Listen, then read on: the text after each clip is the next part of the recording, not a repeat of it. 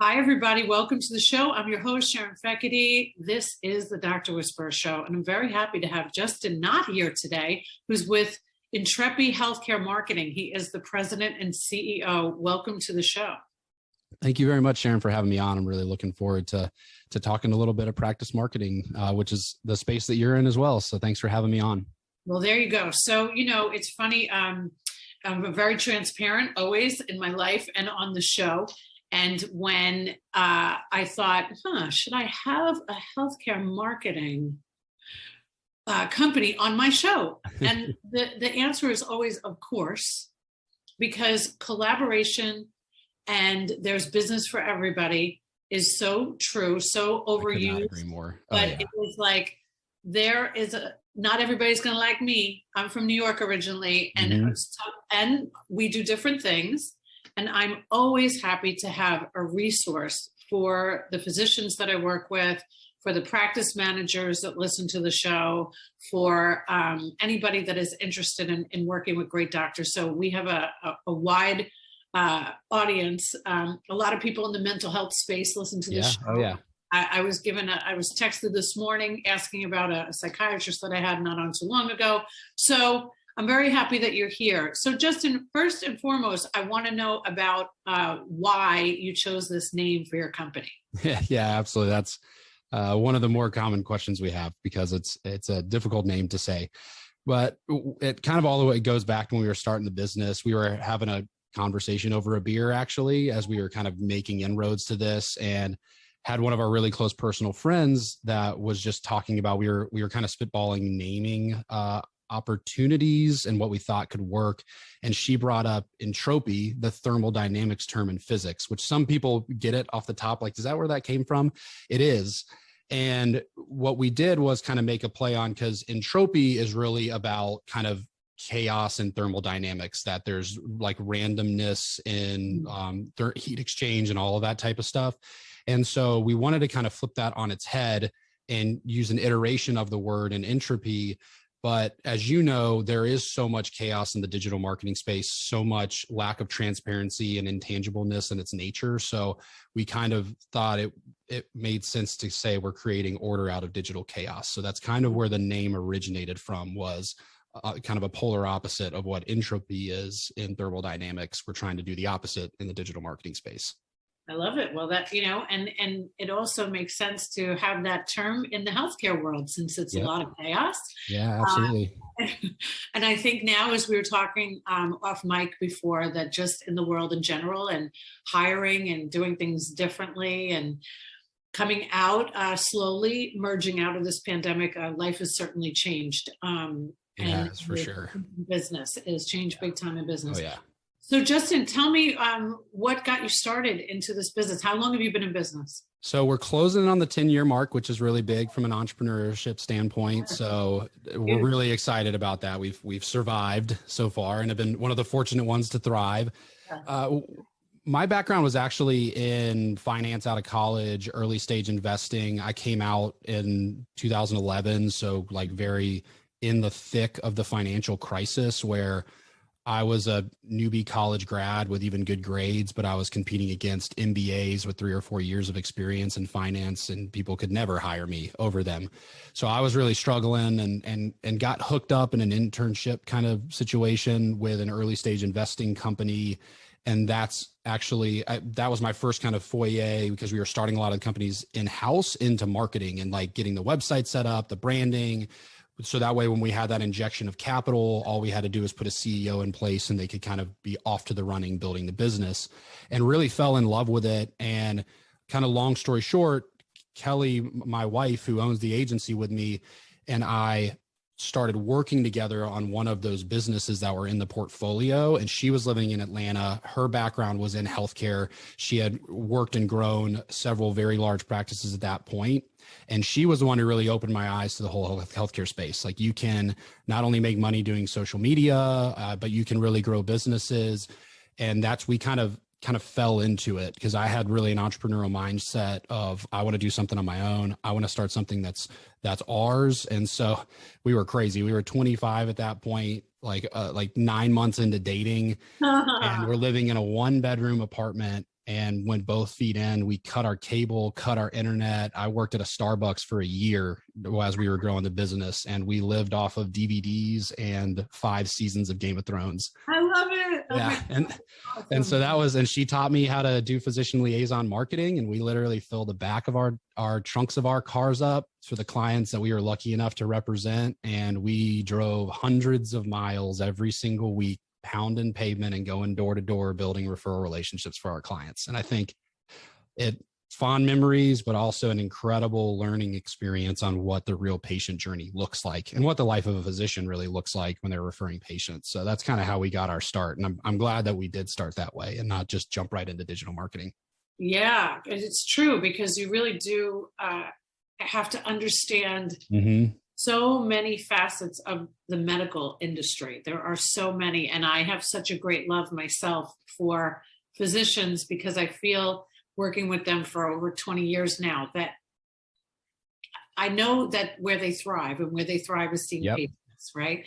They're built to take care of people. There's a lot of reasons when people say, I don't understand why they keep that staff. And I'm like, well, they really hate confrontation. If you think about it, they love to help people. They're not there to say, you're not really good here, and we need to do a 90-day evaluation. They're just not built for that. So 100%. As long as they get the right people kind of to help them navigate through the business, then they'll be set for life. But unfortunately, as you know, being in this industry for a long time, that they don't always know what they need to know when it comes to business. So tell us a little bit about that. So you went from doing the physician liaison, that many people in my life have called Donut Diva over the years. And then I would tell people because I used to run practices, and I would once I would find one of these wonderful liaisons that I would really like, I'd be like, you know what, when you come in and you leave the stuff with my front office staff, they don't give it to me. It's never making it to the back to the people that actually, And the same with the lunches. Kelly that's music to Kelly's ears, because that's like one of the big things she preaches is avoid the candy cupcakes and treat gimmicks. And because at the end of the day, it's only for the front office staff. When you come in with Chick-fil-A, it really is just a huge annoyance to the physicians and the practice admins, because you get like 1 hour window, if you're lucky, away from clinics or surgery. You don't want to sit down and hear an elevator pitch from a liaison. Well, it is fascinating, though, that, if people would just think about what is happening inside of the medical practice, and it's very hard. So people don't really understand that they get one break. And I remember my doctors they were like, Sharon, listen, nobody gets in my office. Don't schedule me a lunch. 11:45 and 12:45, because I ran pediatrics last before I opened my own business. So you went from that into the digital space. So tell me what that was like. Yeah. So we started out kind of really focusing heavily on social media was kind of the front end of the journey, but definitely noticed, especially in that 10-year ago space, healthcare marketing wasn't as much of a coined term. There were a couple that had been around for a long, long time, but it wasn't a very crowded space. So one, we really saw a big opportunity that was kind of being missed in terms of people that had actual real expertise and understanding in healthcare to be able to provide that to practices. And it was an easier market then in terms of winning SEO and all of the things that we even do now that have evolved so much. So we really jumped both feet in as opportunities arose with the relationships that we had in the liaison world, where they're like, we need more help and more support. Either they had vendors of record that weren't doing a good job and not working out. And so we kind of just started taking over that landscape for existing clients. And that was really kind of a light bulb moment all those years ago of like, this is where there's a huge growth opportunity. And even referral dominant types of practices like orthopedics, there is a day coming on the horizon where they have to be able to connect directly with patients, and they have to be able to educate patients, retain patients, find new patients without being so handcuffed to their referral ecosystem or the local hospitals. And I think as we made that transition in the Atlanta market, which has happened all over the United States, we really saw the writing on the wall as about 30% of the private practice ecosystem started getting sucked up into the 3 large healthcare systems there. And it's like, at some point, it's going to spell disaster for the private practice if they don't get with the times. And so we just saw it as a big opportunity to start really educating ourselves on how to do a good job of driving direct patient appointments online. And that was kind of what started that whole entire process. And now years later, we do website design and development. We do search engine optimization, but it's all highly, highly localized around each of the locations the practice has. And then very strategic paid advertising around what we call patient avatars, but kind of the ideal patient for the things that practices really want to grow. Well, I think one of the things that attracted me to your company a few years ago was Kelly. Mm-hmm. Yeah, for sure. She's a rock star on LinkedIn.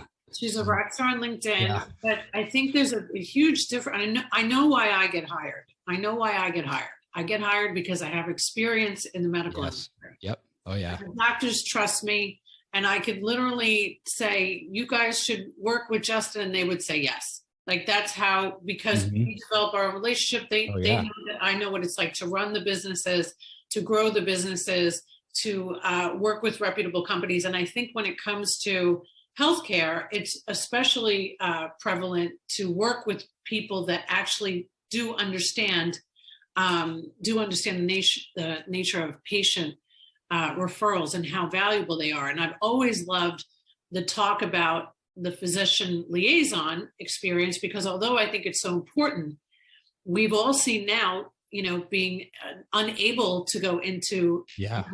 Things changed because of COVID. Right? That all of those physicians that were not hearing us talk about digital, or we're really cleaning up, for anything from telehealth to their EMR to we were just having a conversation about our friend at MedVA. Is it Medva or MedVA? Medva. Yeah, Medva. Because if it was up to me, I would just refer out virtual people all the time. That's a game changer for sure. That's a right time for that market. It's a booming market. Totally. I mean, that's all. And I explained to the physician who is the CEO of that company, for myself, that, it's so difficult to recruit right now for great people. And people want to work remotely. So, and a lot of physicians don't understand that. It's a very, you either have doctors that are in medical school, younger, coming out, growing up with social media, growing up with everything online. They're not going into their own private practice right away. They're joining a hospital or a huge conglomerate. And if they are, they have, like you said, they have zero control over what is going on. Zero. Right. They're putting them out in the new location and is like, take care of patients. Right, exactly. And so it's usually not until they're in the business for a while that they say, you know what, I really want to break out and go on my own. I like to call it breaking out of corporate, and starting their own thing, but so difficult. So let's talk about the value of having paid ads for doctors and healthcare content, just content in general for medical practices. Let's just hear your take on what it's been able to do for the practices that you work with. For sure. Yeah. It's SEO is such everybody says it and few really understand kind of what is the major drivers of it. And content is at the core of what makes you rank for the things that you're doing as a practice in terms of the problems you're solving, the conditions, the treatments, the surgeries you're offering. It's really all driven by website infrastructure at a high level, but the content on your website. And when you understand that, then you understand really the value and the driver that the content creates, because that's really what everything is predicated on. And so the process is actually simple. It's not like overly rocket science. There's certainly technical SEO things in terms of how you structure page, but at the end of the day, SEO kind of follows a really simple pathway of you want to write a really good outline. Like if you think about, like if you're in the 7th or 8th grade and you're doing a research paper and they make you do the outline first, Google's algorithm is looking for you following a good outline, your title tag, your H tags, your body copy, all of that. So if you're doing your outline good, it all falls back on content and having stronger and better thought out content than the local competitors. And if you're doing that, you're 95% ahead of the game and you're putting yourself in position to rank in the top 3. And that's a process we do with our clients is we evaluate and look at what is the landscape for what they want to rank for look like on their site. And oftentimes they're deficient in content in terms of they don't have all the pages for all the conditions and treatments they want to rank for. And so we start writing. And we write and we write and we write, and then we create structures for those, and we build out a content library under each of the major umbrellas of the things that they do. For an orthopedic, it's hip, knee, back, hand and wrist, shoulder, and then we're just going into the details for each of those things. And what you do, if you follow that methodical process over time, you'll see your website just start expanding infinitely outwards in terms of the ranking positionings for the things you care about, which correlate to driving more traffic, because 90% of the top three search results get 90% of all the clicks. So you're going to see more traffic coming to your website, more appointments being booked, and you're going to see the pool of things you're ranking for expanding out as well. And so that's really the power of good content and following that process and sticking with it. Is you're going to see the results. It's a snowball kind of rolling down the hill. It takes time, but once it takes hold, it's really powerful from an ROI standpoint. Oh, 100%. I was just talking with one of my clients in New York City this morning, and she sends me the SEO, analytics, and asked me what I think, and I'm like, well, what do I think? I think you need to spend more money. Yeah. I think you need to spend more money digitally. Like 100%. This is how everybody's finding their doctor today. They're reading reviews. For sure. And if you're not on the first page of Google, you just almost don't exist. So yeah, it is 100% true. And even that fact remains for even what is still referral dominant verticals is patients, even if it's a PCP or a subspecialist that refers them, they're going to do what you just said. They're going to go online and they're going to check you out. They're going to check out your reputation. They're going to see if you come up and they can find you. They're going to judge you on the appearance and the user interface of your website. You're being judged. I mean, you have a billboard out there online, and you can have high referral leakage even on the referral side if you're not doing a good job. Yeah.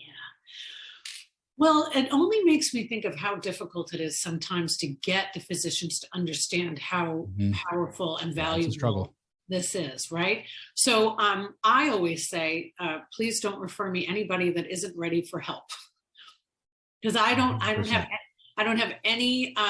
There's no patience anymore. It's been almost 9 years for me. I'm trying to convince somebody that I know what I'm doing in terms of helping just them navigate through the business, not to do anything online. It's the thing that I refer out the most. And I always say this, I always refer out the websites. I always refer out SEO. It's the first thing I do, because there was such a horrible look out there in terms of social media. I myself, which was not the plan, opened a social media company, a very small boutique one that does not do paid advertising, that does not, get involved with any of the things, which is complex because a lot of people in healthcare don't understand the difference between building a website, SEO, social media. It's all so different. Yeah, it's the same thing with marketing in general and branding. It's like, well, you guys do branding too. We don't. I will not name a Fortune 1000 company because that's a whole different ballgame. And just like branding companies that are really good don't do marketing. They're different things. So it's understanding there's difference between all of those things. And, when they're physicians who are, like I said in the beginning, their only goal is to actually help a patient. That's what they do best. It becomes very, very difficult to get them to understand. And even, unfortunately, we're having real talk here, Justin, right? A lot of the practice managers don't understand it either. Oh, yeah. And they started at the front desk. Yep. Or they're married to the doctor, or they're related, they're their neighbor. We know how it is. Yep. Oh, yeah. So it's already like, okay, how am I going to get them to trust what we do? And I would say for your company, as for mine, it's more like just go look at the people that we've worked with. That doctors sell what I do better than I could ever sell it in terms of video testimonials, case studies. It's like, if you don't believe me, go see the results that we're having for patient acquisition for our orthopedic clinics or whatever it is. It's like, just go look at that stuff. I don't have to sell what I do. You can go ask the other clinic down the road that we're partnered with and have been partnered with for years. Yeah, I couldn't agree more. I think, and I'm sure you see this day in and day out, there's a unique situation that's going on. As you mentioned, like you got the people coming out of fellowship that don't have the power, so to speak, but then you've got this in between right now of kind of the newer board members, newer partners that did kind of grow up on the front end of social. So they understand the power of digital marketing. And then you've got what I call the gray hair physicians. And there's this a unique power struggle that's going on right now in the boardrooms, because we're on the vendor side, like seeing it going on, where you've got like half the boards like, we need more marketing. And the other half's like, well, I'm booked out 6 months. I don't care about marketing and I'm not paying any money for any marketing. It's like, well, what about us over here, man? And so it's like this huge power struggle that's going on right now between the people that want it and get it long-term for the success of the practice and the others that are like, I got less than 10 years left. I don't need any more patients. I'm good over here. Right. Well, let's talk about that one key phrase that you just said, and that's long-term. And I think what, especially physician groups that are looking to start, this does not happen overnight. Growing any kind of business does not, it doesn't, your business, Justin, did not grow overnight. No, right? It does not. And I think it's such a fallacy to, and I will admit here, I remember when I opened my social media company, it was easy for me to sell to the doctors that I worked with in the beginning. And then it was harder with the other ones. And I would say, well, just sign up for 3 months. And then what I realized was, my God, like I can't make anything happen in 3 months. Yeah. Yep. Like that's like a lie. Like I can't even do that. So now it's, we're not I always say this, not a pharmaceutical company. This is not the mafia. I'm not going to make you get locked in for years. But if you really want this to work, I have to have you at least commit to a year, at least. But the truth is, all of the work that you do digitally, it takes time. It does. It stacks on top of itself for sure. And it's a machine. Like to your point, anything good. And I think, again, it kind of is going back to, I think the bad reputation that has been developed around some of the healthcare marketing because of people that either really truly don't understand it or are doing just a straight up bad job by over promising and under delivering.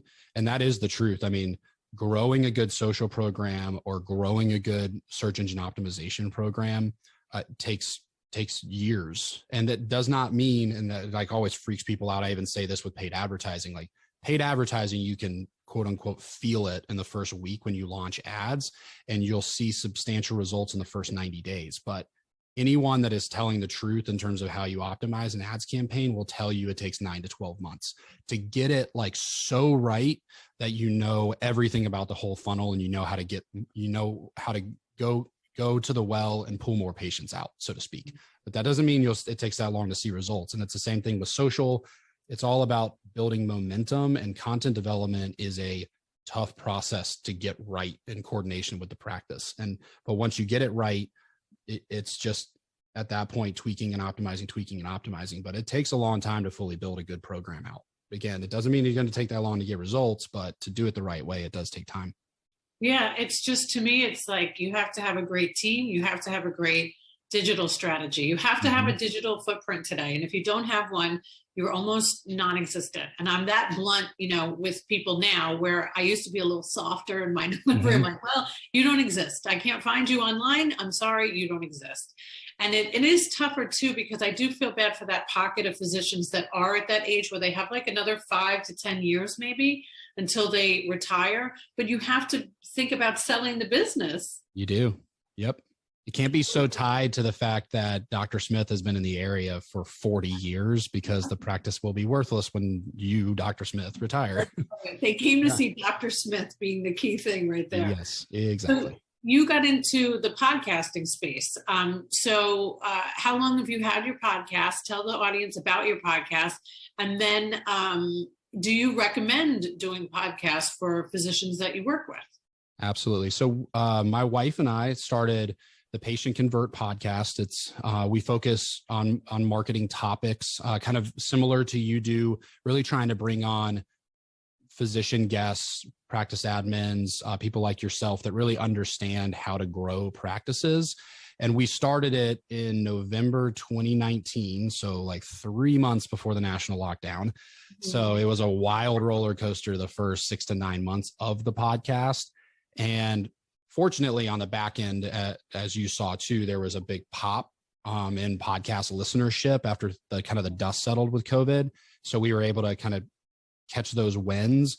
But just with any content process, I think our big learning thing through it all has been consistency. It's been a struggle even through Kelly getting pregnant, us having our first kid that's now 1.5 years is keeping with consistency. And if you're starting a podcast, it's like 90% don't make it past the first 10 episodes and the rest struggle to grow. And it's because you're not consistent, and you got to find good guests and you got to be consistent. And I'd love to hear your thoughts on that.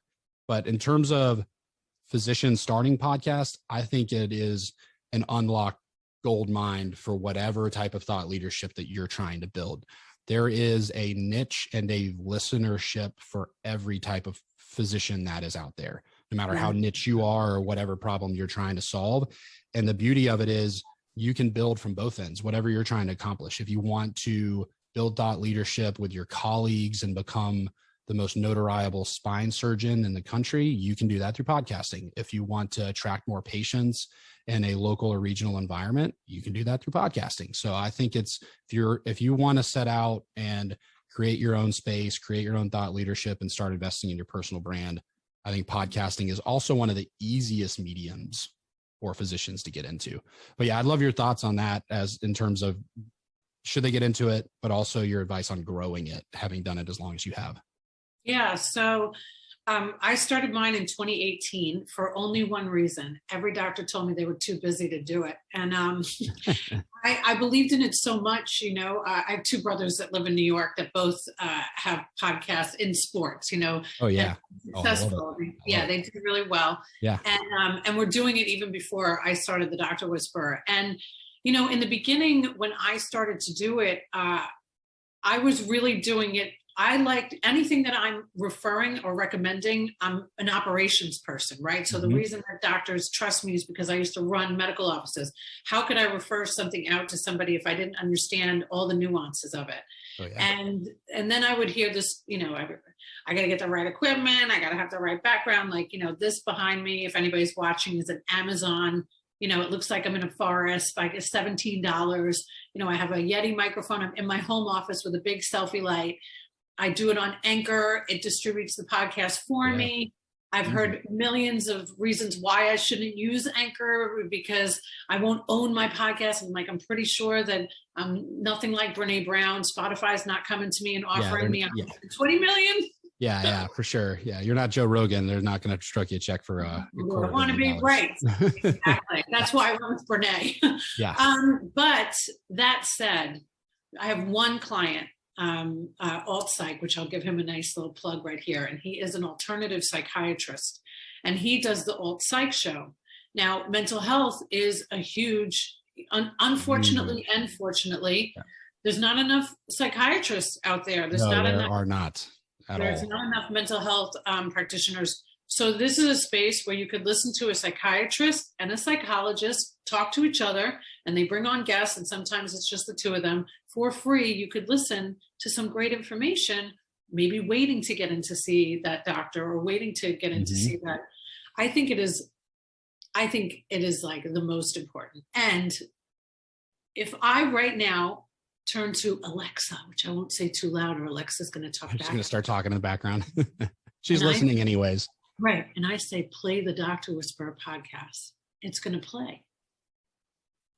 So if you are not in the Audible space, you're missing another opportunity. Oh yeah. I could not agree more. People absorb content differently, right? Justin, we both know this. I am obsessed with podcasts. I listen to them every single day. On my way to work, doing my hair, whatever it is.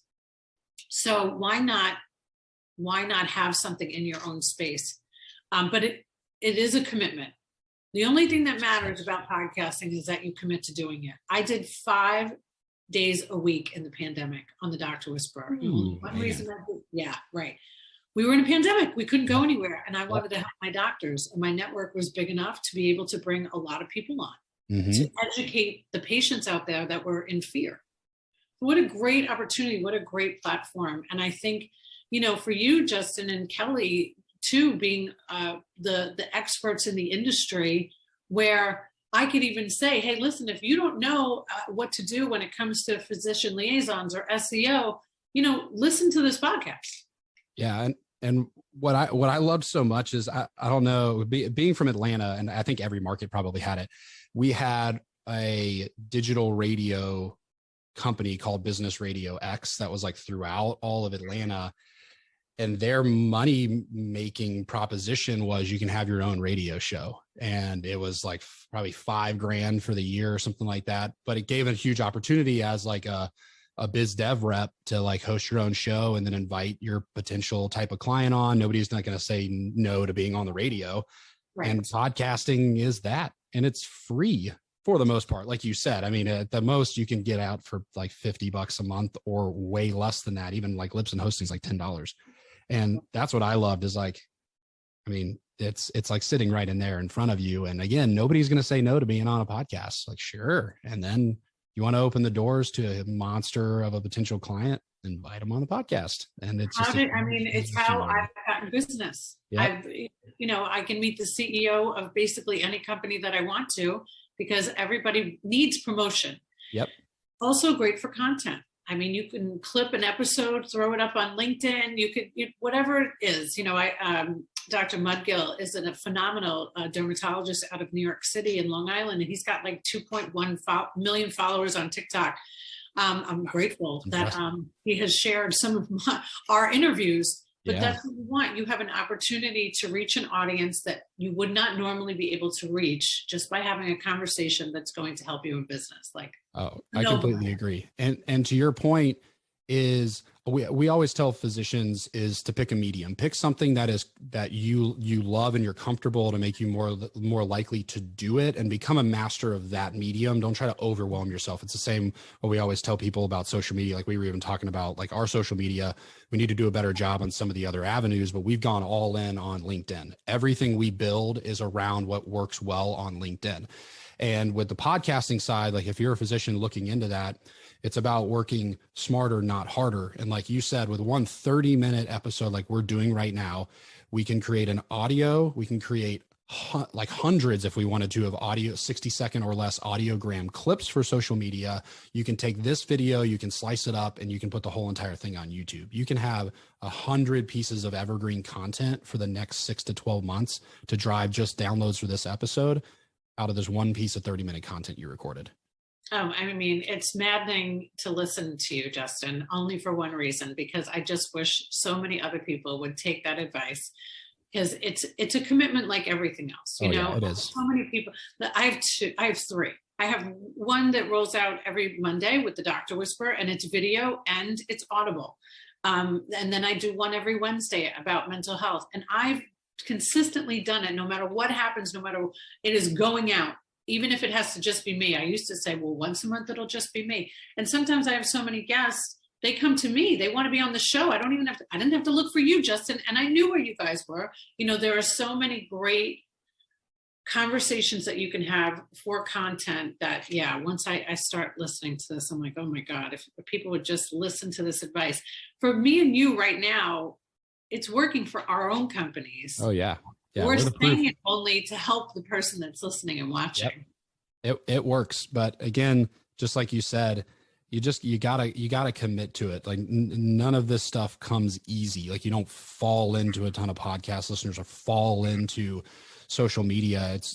And success on social media. It's really about some planning, but I think most importantly is staying ahead of it. Like if you try to shoot from the hip on any of it, you're just going to fail because life is going to get in the way, and you got to plan. And if you plan accordingly, you will succeed over time. You just got to stay with it.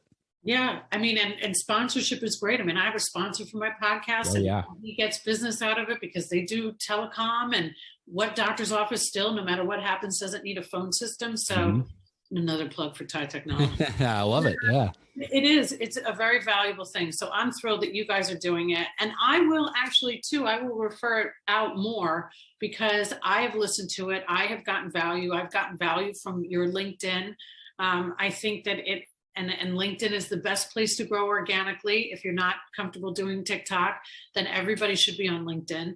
So you guys have done a really, really great job. And I hope that we get to have another conversation and continue this conversation. But I'm a firm believer and will continue to recommend this company, especially when it comes to SEO, paid ads. It is literally what you have to do today. And I don't do it. So I'm thrilled to recommend your team, and always will, because lead generation, if we can't get out and have that physician liaison, like we really can't anymore, you have to have a digital footprint. So Justin, I really appreciate that. And I'm looking forward to having you on our podcast as well, and reciprocate everything that you said, and really look forward to collaborating more and referring out to you as well for, like you said, we're in the same space, but we're not, so to speak. And social media is a whole ecosystem on its own, and there's a lot of herding cats involved. So I commend you and try to getting the physicians and the practice on the same page for content creation. And yeah, I appreciate hearing that, because like I said, like we get a lot of value out of your podcast, and even have had similar guests over the years because you bring on so many good guests. And it's always reaffirming to me, because of what we've talked about. It's a commitment to create content, and to hear that it is making an impact out there for physicians and practices is really what makes it all worthwhile. Obviously, it's a business driver for us, but hopefully people are, whether they're doing business with us or not, are actually able to listen and get value out of it. So I appreciate that. And I'll relay that on to Kelly as well. I know she always appreciates hearing it. Well, I'm sure she's listening. Hey, Kelly. She is. All right. Thanks, no screaming baby, though. Right. Thank you so much for being here. No, thank you so much for having me. So don't forget, if you mention that you've seen the show or listened to it on the podcast, mention Thai Technology and you will get 3 months for free. They're the best.